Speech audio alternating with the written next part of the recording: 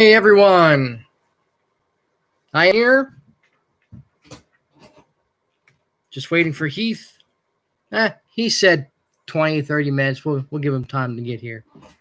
But 20, 30 minutes. We'll give him time to get here. But 20, 30 minutes. We'll give him time to get here. Had to shut my phone off. I was repeating what I was saying. So talk amongst yourselves if there's anybody here.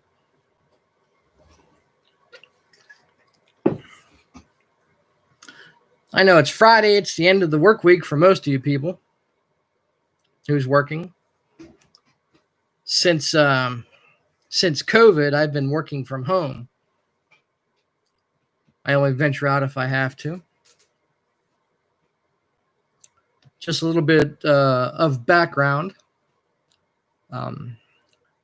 Used to work on the railroad. I started out my railroad career as a brakeman for the Union Railroad in Pittsburgh.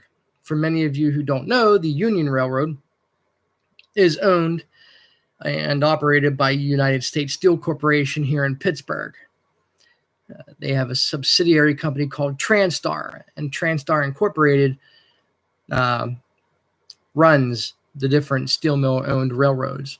Most of the railroads owned by U.S. Steel are common carrier railroads. And they also service other customers outside of U.S. Steel. U.S. Steel used to own the Bessemer and Lake Erie Railroad, the Duluth-Mesabi Iron Range Railroad, and the Great Lakes Transportation Company, which handles all the lake boats and ore docks on the Great Lakes. They were sold to Canadian National in 2003. And I had the opportunity to briefly work on the Bessemer in early days before the takeover. And the Great Lakes Transportation offices used to be headquartered in Monroeville. If any of you are from the Pennsylvania area, if you go on the turnpike past the Monroeville area and you look over one of the overpasses, you'll see the Bessemer and Lake Erie Union Railroad North Bessemer Yard. That yard used to have its own roundhouse and turntable and car shops, and there were 30 plus tracks up there, and used to take care of so much ore and coal and other miscellaneous cars. When I hired out, the tracks were half of them were locked out, roundhouse and turntable gone. And it was just mostly used for loaded and empty ore cars. That comes down from the Bessemer docks, the PNC docks, Papaconia PA.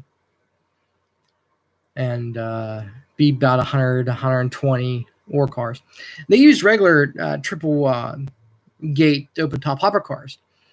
And they would be full a quarter of the way because iron ore is so heavy, the tonnage is so great, they will only be quarter of the way full. And some people would think, why that little? Why didn't you just have ore cars? Or why? Well, the Bessemer had so many cars for coal, and they just started using iron ore. And most of those Bessemer Lake Erie cars were ex-Rock Island coal cars, if you ever see them with the blue fades coming through. The newer cars built in Greenville shops were also used for ore. The Bessemer recently purchased some newer ore cars, well, open top hoppers to haul the ore. So, and speaking of the Union Railroad used to have their own car shops back in the day, and they would build their own cars. They built their own slab racks, and they built their own coke racks. The cars that they used to load coke into from the Clairton Coke Works. Recent years, they have purchased newer, shorter cars to haul their coke from Clairton Coke Works. A lot of people don't know that the coke from the Clairton Coke Works used to go to Weirton, used to go to Chicago. A lot of the coke that you see in these tall CSX Coke Express cars, which is coke that was probably originated in the Clairton Coke Works. I spent my first summer on the railroad at the Clairton Coke Works, and let me tell you, that place stunk. Boy, did it stink. And you thought a sewage treatment plant smelled. The Coke Works, whew, you would want to work in a sewage treatment plant. That's how bad the Coke smell was there, all that sulfur and byproducts and everything.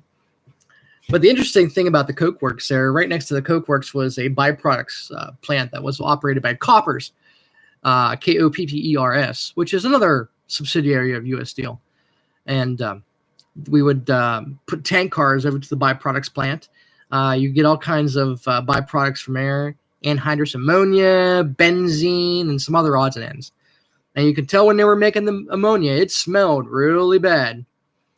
And then in the middle of the plant, there was another byproducts area. They would make tar pellets, not just regular pellets that were solid. Tar pellets were slimy and sticky, and they would put them into covered hoppers, 2 or 3 bay short covered hoppers. And you would never want to step in that tar. And you thought the asphalt on the road was bad. This fresh tar here, ooh, it would be sticky. I ruined several pairs of boots that year, steel-toed shoes that year because of that. And so that was kind of interesting. So that's it. So if you're modeling any byproducts plant, or if you're modeling a steel mill or a coke plant, and you want to have a byproducts plant, just some of the byproducts that you get: tar. Well, they can do liquid hot tar. They did tar pellets. You did the ammonia, did the benzene. So you have a lot of tank cars going in. You've got some covered hoppers going in, and a lot of open top hoppers for the coke. Now, Clairton Coke Works was different because they did not bring in railroad cars full of coal. They offloaded coal from barges 24/7 on the river. So there was no cars coming in that had coal in it. So if you're modeling the Clairton Coke Works, you could have a river, and it would bring in coal from the barge. Auto unload coal is kind of neat in conveyors. And then if you travel on Route 837 through Clairton, you can see big stockpiles of coal there. Because in the winter months, it's sometimes tough to get the coal because the rivers would be frozen and the coal mines would be frozen. And a lot of the coal came from the southern mines, Brownsville area, and from West Virginia. They would bring it up the river. So, and it was neat. The Union Railroad also had riverboat captains on their crew because they had their own tugboat that was used to place coal at the different spots along the river for Clairton Coke Works. And up the river, they also had a barge to rail transfer for coal. And they had a big giant scoop that would go down and unload the barges and put it into a hopper, and it would load hopper cars. And most of the coal we were loading there at the time would be for the Norfolk Southern and the CSX. We would interchange at Port Perry with the CSX. We would bring open top hoppers across the Port Perry Bridge. And yes, the Port Perry Bridge had a Y on each side, so you can turn trains around. And you'd shove the cars down underneath the dock. You would disconnect, and then there was a remote control locomotive down there. And this remote control system was different, where it was hooked into the MU cables, and the throttle controls were controlled by the crane operator in a shanty. And it would slowly back the cars back the train back. And by the time you came to the end, the regular engineer on the train would disconnect the car from the train. We would run around it, shove it back out, either shove it around the Port Perry Bridge to the CSX or shove it out to the Norfolk Southern yard, which is behind Kennywood Park there in Pittsburgh. And they would take the trains away. So the coal that was being from barge to rail, we did that for the Norfolk Southern and CSX. And no coal trains went north on the Bessemer. The only thing that really went north on the Bessemer was empty hoppers from the iron ore and some scrap from Keywell Scrap or Tube City, and a lot of coke breeze. We were taking unit trains of 80 to 90 cars of coke breeze, which is these small dust and grains that come from the coke process. The coke breeze would go up to a power plant in Canada. What they would do is they would take the train cars up to PNC Dock in Conneaut, and they would offload those hopper cars into lake boats, and then the lake boats would take them across the Great Lakes to Canada. They did that for a while, like 3 or 4 times a month. So it equal to be one train a week. In the winter months, it was a little lighter, but in the summer months, they kept banging them out and up there so they can stockpile. So on the Union Railroad, I was a brakeman. Stayed on there for quite some time. And then I took my conductor's test. Then I became a conductor trainee. And then I was let loose as a conductor. Ran a few trains. And then engineers were always short. So I was entered into the engineer program. Was a certified locomotive engineer on the Union Railroad. And later certified as a remote control locomotive operator on the Union Railroad as well. There was always contention between the enginemen and the trainmen. Railroads were always looking way to get rid of crew members on trains. And the general manager at the time, Jim Nice, who was the general manager of the EJ&E, another former U.S. Steel-owned railroad, tried to run the railroad like a bean counter. Up until that point, all the management people were railroaders who were promoted through the ranks. Management who are promoted from trainmen and enginemen already know how the railroad operates day in, day out. So those people would make perfect supervisors, yard masters, managers, and so on. When the general manager of the Union Railroad, Jim Streets, he left the Union Railroad and is now the general manager / president of the AVR, Allegheny Valley Railroad, which is a carload express railroad owned. He's the president and general manager of Carload Express. And so he left that position, and then the bean counter, Jim Nice, came in and was trying to find ways to streamline everything. Cutting crews, cutting manpower, and so on. And so they decided, we have these jobs in these mills for U.S. Steel that have 3 guys on a crew or 2 guys on a crew.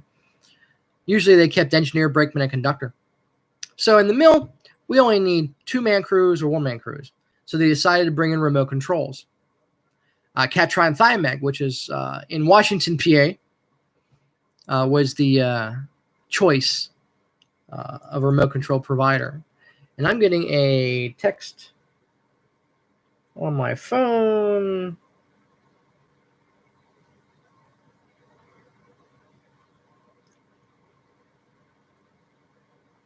Did you start this with StreamYard? No, I don't have StreamYard.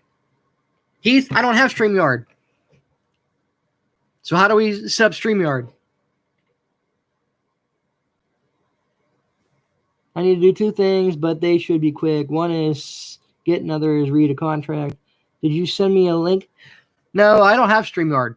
I never set that up. So how do you want to do that?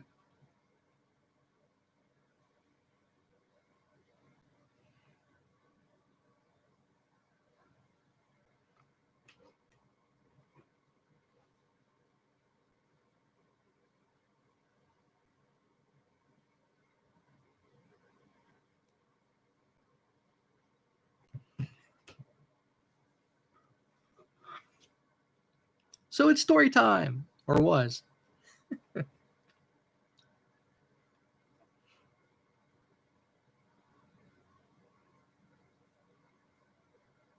right, Heath is going to show me how to set up StreamYard. So I'm going to pause this, end this right here.